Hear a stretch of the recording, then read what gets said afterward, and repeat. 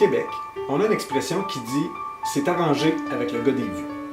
Fondamentalement, ça veut dire que c'est trop beau pour être vrai ou que c'est le genre de choses que ça prendrait beaucoup de hasard pour que ça se produise. L'utilisation du blue screen, c'est un peu quelque chose qui viendrait justifier cette expression-là. Quand ça a l'air trop beau pour être vrai, ben parfois, c'est effectivement parce que ça l'est. Pour expliquer le fonctionnement du blue screen, j'ai donc avec moi Alessandro Cassa, réalisateur nommé à Cannes et gagnant de plusieurs prix dans des festivals internationaux. Bonjour Alessandro. Bonjour François. Toi qui connais bien le cinéma, est-ce que tu peux nous expliquer c'est quoi un blue screen? En fait, c'est très simple, c'est un peu comme ce qu'on a là. C'est un écran qui est derrière nous, mais qui va nous permettre à nous d'être ailleurs.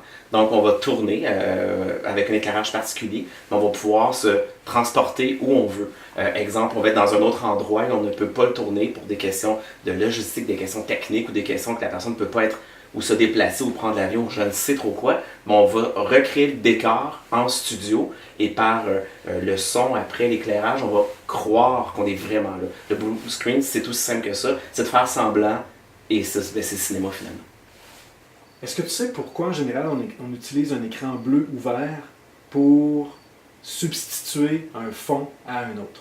Je ne le savais pas, je me doutais ou je pensais que c'était simplement pour l'éclairage. Le bleu et le vert sont des couleurs qui vont être capables de bien être éclairées pour qu'on se distingue bien du fond.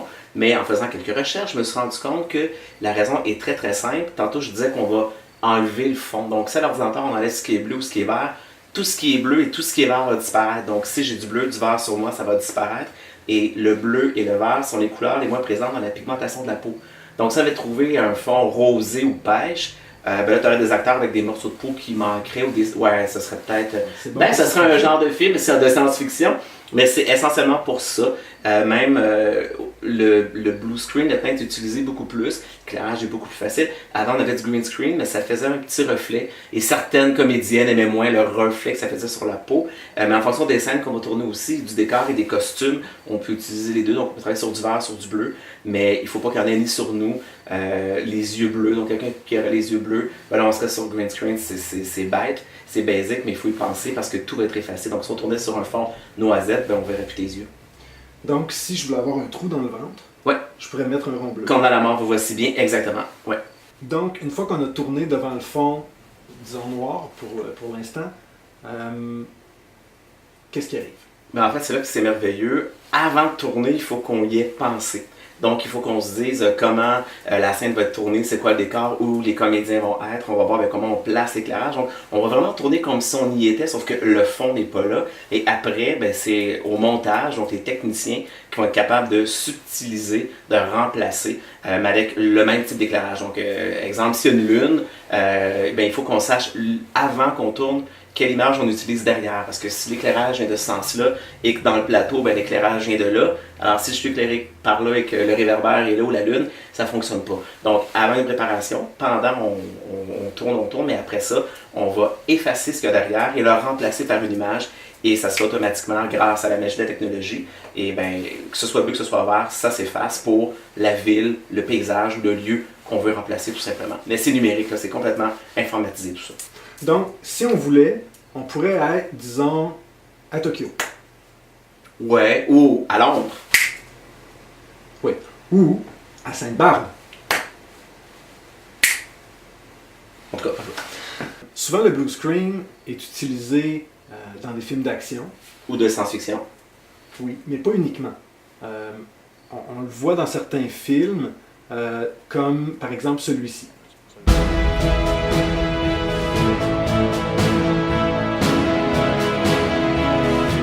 Ou encore ceci.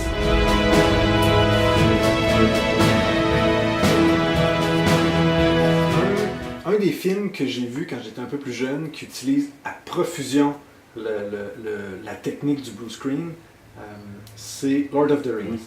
Évidemment, avec tous ces créatures, ces paysages, ne serait-ce que Gollum, qui était pratiquement fait, tous ces plans presque étaient faits sur blue screen. C'est pour moi un des films qui représente le mieux ce qu'on peut faire grâce à une technique comme ça. Toi, Alessandro, est-ce qu'il y a un film que tu as vu récemment ou il y a plus longtemps qui te semble être un exemple vraiment intéressant? Oui, puis c'est un film qui, surprenamment, je m'étais pas rendu compte que c'était tourné en blue screen. À l'époque, même, je pense que c'était du green screen.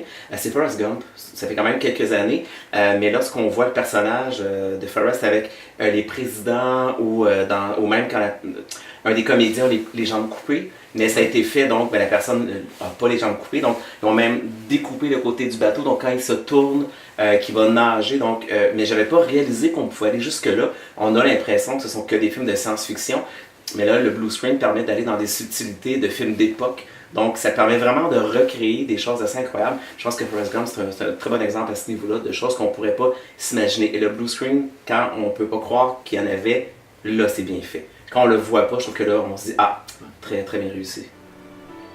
Donc, que vous soyez amateur de films de science-fiction, d'action ou même de cinéma d'auteur, vous avez sûrement déjà vu plusieurs films qui sont tournés grâce à la technique du blue screen ou du green screen dans certains cas.